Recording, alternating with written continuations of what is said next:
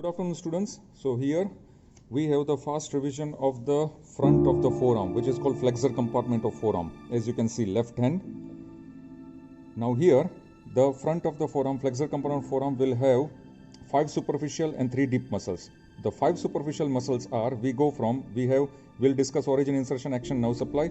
The first muscle, which is present here, that muscle will be, if you can see here, this muscle, this is pronator teres. Origin of pronator teres will be from the medial epicondyle of the humerus, and a small portion attachment will be from the medial margin of the coronoid process of ulna, and this pronator teres will be inserted here in the middle 1/3 of the lateral border of the shaft of the radius. Pronator teres action will be pronation of the forearm, and at the same time this muscle will be supplied by the median nerve. Now just medial to pronator teres, second muscle. This second muscle is flexor carpi radialis muscle. Now this flexor carpi radialis will take origin from the medial epicondyle of the humerus, and it will be inserted into the base of the palmar surface of the second metacarpal bone. Action of flexor carpi radialis will be, it will help in flexion of the second metacarpal bone as well as the flexion of the wrist joint. At the same time, this muscle along with extensor carpi radialis longus and brevis will help in lateral deviation of the wrist, which is called abduction. This movement, abduction of the wrist joint. So there are two actions of flexor carpi radialis muscle, and the nerve supply of flexor carpi radialis will be median nerve, which is also called laborer's nerve. So first is pronator teres, second is flexor carpi radialis, then medial to it is, see this beautiful tendon, this is palmaris longus, taking origin from medial epicondyle of the humerus, and it will be inserted into the flexor retinaculum, and through flexor retinaculum it will be continuous in the palm as palmar aponeurosis, and this muscle will also help in flexion of the wrist joint, and it will be supplied by median nerve. So pronator teres 1, 2, flexor carpi radialis, 3, palmaris longus. Then we come to fourth muscle. This is our fourth muscle. Now this fourth muscle will be flexor digitorum superficialis. So therefore this flexor digitorum superficialis muscle will have 2 heads of origin. What are those 2 heads of origin? Number 1, it will have humero-ulnar head combined together, and second, radial head. Humero-ulnar head, I will show you. If supposing this is the humerus here, now this humerus, this is our left side, so therefore these are the 2 epicondyles, lateral epicondyle, medial epicondyle.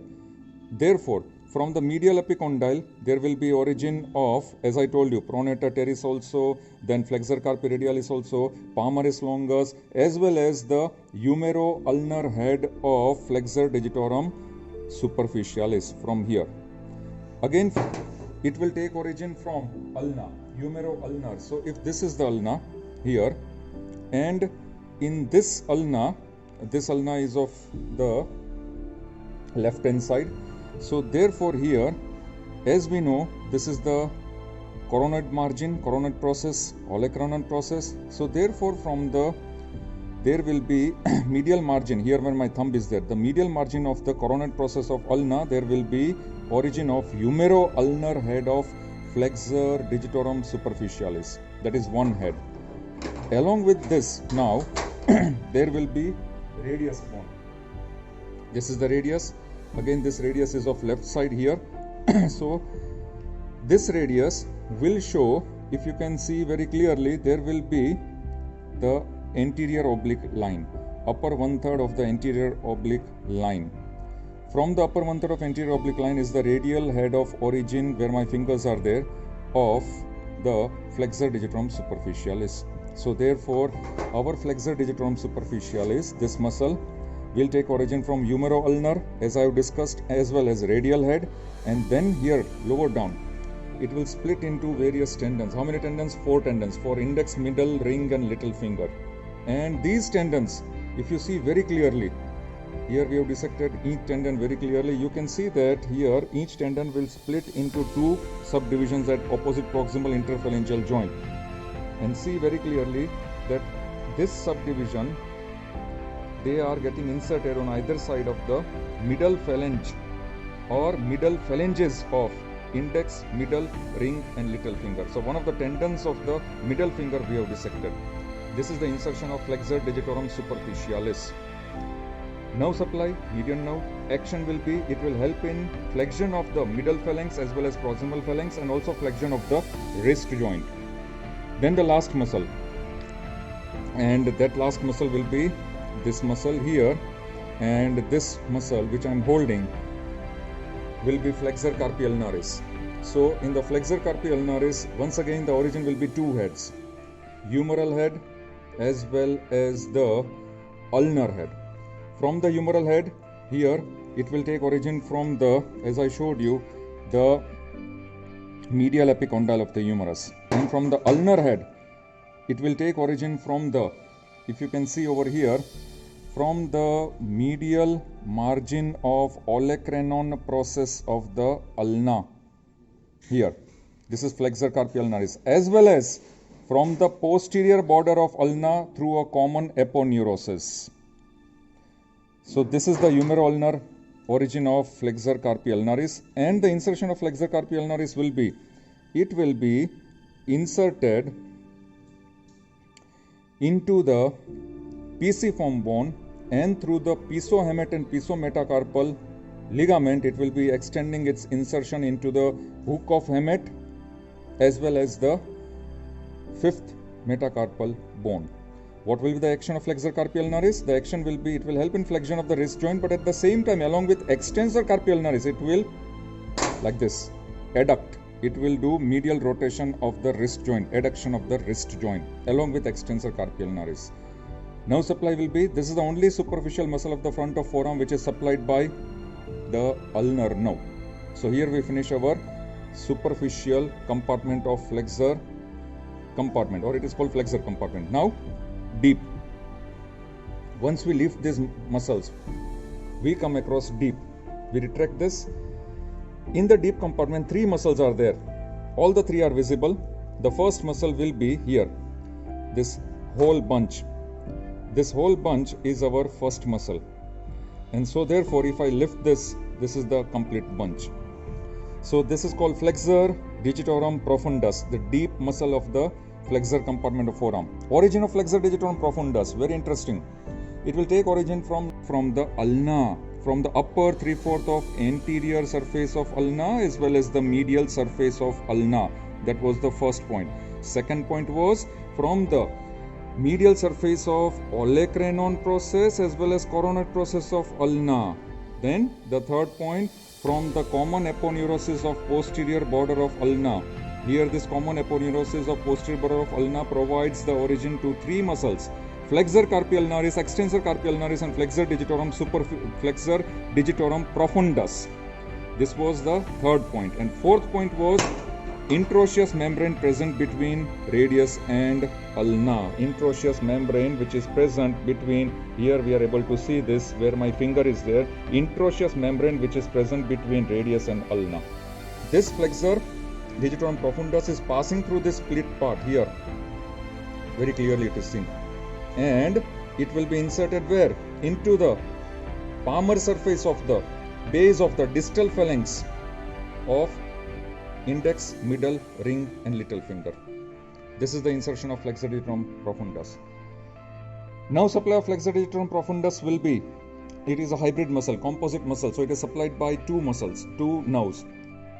The medial half will be supplied by ulnar nerve. Lateral half will be supplied by anterior interosseous nerve, which is a branch of median nerve. Action of flexor digitorum profundus, it will help in flexion of the wrist joint as well as the other joints, and it will help in flexion of the distal interphalangeal joint. After the middle and proximal phalanx are flexed by flexor digitorum superficialis. That means after they are flexed by flexor digitorum superficialis, distal phalanx will be flexed by flexor digitorum profundus. Also, this flexor digitorum profundus is gripping muscle. Then second muscle in the deep, this is the second muscle. So this is flexor pollicis longus, and this flexor pollicis longus origin will be, once again, this flexor pollicis longus, the origin will be from the anterior surface of the radius, upper 3/4 of anterior surface of the radius, and along with that anterior surface of radius, upper 3/4, this muscle will take origin from second point, interosseous membrane between radius and ulna, and it will be inserted into the flexor pollicis longus. So that means it is inserted into the pollex, that is the thumb, where distal phalanx, which side? Palmar side of the base of distal phalanx of the thumb, flexor pollicis longus. So action will be, it will help in flexion of the distal phalanx of the thumb, flexor pollicis longus, and the nerve supply will be anterior interosseous nerve, which is a branch of median. Now the final last muscle of the deep compartment, you can see very clearly here, this transverse fibers. So this muscle, transverse fibers pronator quadratus, is the third deep muscle of the front of the forearm. Origin of pronator quadratus will be from the lower 1/4 of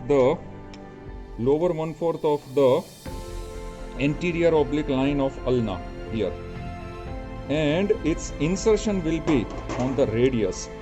Here in insertion it is divided into two fibers, superficial, deep. Superficial fibers will be inserted on the lower 1/4 of anterior surface of radius, where I am palpating, where I am covering, where I am showing you with my index finger. And the deep fibers will be inserted here on the triangular area just above this ulnar notch, this triangular area. So pronator quadratus, this entire muscle is our pronator quadratus, as I discussed origin insertion. Nerve supply of pronator quadratus will be, it will be supplied by the anterior interosseous nerve, branch of median nerve. And what about the action? The action of pronator quadratus will be, superficial fibers of pronator quadratus will help in pronation, just as like pronator teres. Deep fibers will help in binding the radius and ulna close together. So therefore, here we finish our front of the forearm flexor compartment.